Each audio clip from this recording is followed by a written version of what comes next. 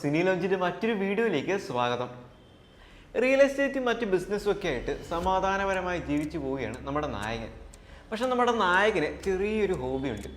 അതായത് മറ്റുള്ളവരുടെ ജീവിതത്തിലേക്ക് ഒന്ന് എത്തി നോക്കുക മാത്രമല്ല, അവരുടെ ഫ്ലാറ്റിലേക്കോ വീട്ടിലേക്കോ ഒന്ന് ചെന്ന് കയറിയിട്ട് അവിടെ അവർക്കൊന്നും വേണ്ടാത്തൊരു സാധനം നമ്മുടെ നായകൻ അതങ്ങ് എടുത്തുകൊണ്ട് പോകും. എന്നിട്ട് അതൊക്കെ സൂക്ഷിച്ചു വെക്കുന്നതാണ് നമ്മുടെ നായകൻ്റെ പ്രധാന ഹോബി. അങ്ങനെ നായകൻ ആരുടെ വീട്ടിൽ കയറണമെന്ന് നേരത്തെ തീരുമാനിച്ചു വെക്കും. വീട്ടിൽ കയറുന്നതിന് മുമ്പ് അവരെ ഒന്ന് ഫോളോ ചെയ്തിട്ട് അവരുടെ രീതികളും ബാക്കി കാര്യങ്ങളൊക്കെ ഒന്ന് പഠിക്കും. അങ്ങനെ അവസാനമാണ് നമ്മുടെ നായകൻ അവരുടെ വീട്ടിൽ കയറിയിട്ട് അവരുടെ ജീവിത പശ്ചാത്തലവും ബാക്കി കാര്യങ്ങളൊക്കെ ഒന്ന് കണ്ടറിയാൻ ശ്രമിക്കുന്നത്.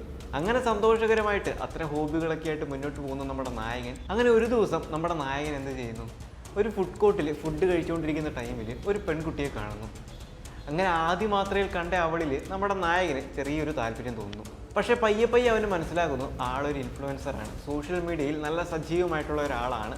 അങ്ങനെ മെല്ലെ അവളുടെ രീതികളും ബാക്കി കാര്യങ്ങളൊക്കെ നമ്മുടെ നായകൻ മെല്ലെ മനസ്സിലാക്കുന്നു. അങ്ങനെ ആ സുദിനം വന്നെത്തി. അവളുടെ വീട്ടിലേക്ക് കയറി അവൾക്ക് വേണ്ടാത്തൊരു സാധനം എടുക്കാനുള്ള ആ ഒരു സുദിനം വന്നെത്തി. അങ്ങനെ നായകൻ ആരും അറിയാതെ അവളുടെ ഫ്ലാറ്റിലേക്ക് കയറുമ്പോൾ നമ്മുടെ നായകൻ കാണുന്നത് മരിച്ചു കിടക്കുന്ന അവളെയാണ്. പിന്നീടുള്ള സംഭവ ബഹുലമായ കാര്യങ്ങളാണ് നിങ്ങൾ കണ്ട് മനസ്സിലാക്കേണ്ടത്. പറഞ്ഞു വരുന്നത് പോയ വർഷം റിലീസായ കൊറിയൻ ചിത്രം ഫോളോയിങ് എന്ന ചിത്രത്തെക്കുറിച്ചാണ്.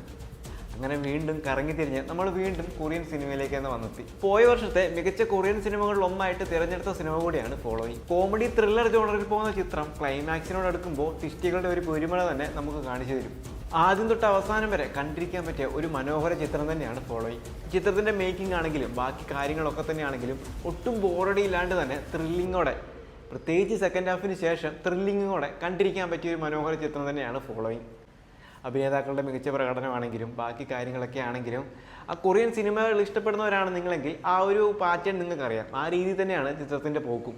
ഇപ്പോൾ എന്താ പറയുക, നമ്മൾ മുകുന്ദുണി അസോസിയേറ്റ്സ് ഒക്കെ കണ്ടതായിരിക്കുമല്ലോ. അപ്പോൾ അതിനകത്ത് വിനീത് ശ്രീനിവാസൻ ഇങ്ങനെ സ്വന്തം മൈൻഡ് വോയിസിൽ ഇങ്ങനെ കമ്മ്യൂണിക്കേറ്റ് ചെയ്യില്ലേ, ആ ഒരു രീതിയിലാണ് പടത്തിൻ്റെ ആദ്യത്തെ ഒരു 10-15-20 മിനിറ്റൊക്കെ പോക്ക്. അപ്പോൾ അതൊക്കെ തന്നെ ഭയങ്കര രസമായിട്ടാണ് അവർ അവതരിപ്പിച്ചിരിക്കുന്നത്. അതിൽ കുറച്ച് കോമഡിയും ബാക്കി കാര്യങ്ങളൊക്കെ ചേർത്താണ് സിനിമ ഒരുക്കിയിരിക്കുന്നത്. ആ ഒരു ത്രില്ലർ പാറ്റേണിലേക്ക് എത്താൻ വേണ്ടിയിട്ട് ആ എത്തുന്ന സമയം വരെ അവർ ഈ രീതിക്ക് തന്നെയാണ് സിനിമ ഉപയോഗിച്ചിരിക്കുന്നത്. അതിനുശേഷം നായകൻ പെട്ട് കഴിഞ്ഞിട്ടുള്ളതിന് ശേഷമുള്ള കാര്യങ്ങളാണ് ത്രില്ലർ രൂപത്തിലേക്ക് നമ്മളിലേക്ക് എത്തിക്കുന്നത്. ഒരുപക്ഷെ കൊറിയൻ സിനിമാ പ്രേമികൾ ഇതിനോടകം ഈ ഒരു സിനിമ കണ്ടു കഴിഞ്ഞതായിരിക്കും. പക്ഷേ കാണാത്തവർക്ക് വേണ്ടി സജസ്റ്റ് ചെയ്യുകയാണ്, കൊടുക്കുന്ന സമയത്തിന് സിനിമ എന്താണെങ്കിലും നിങ്ങളെ നിരാശപ്പെടുത്തില്ല എന്നത് തീർച്ചയാണ്.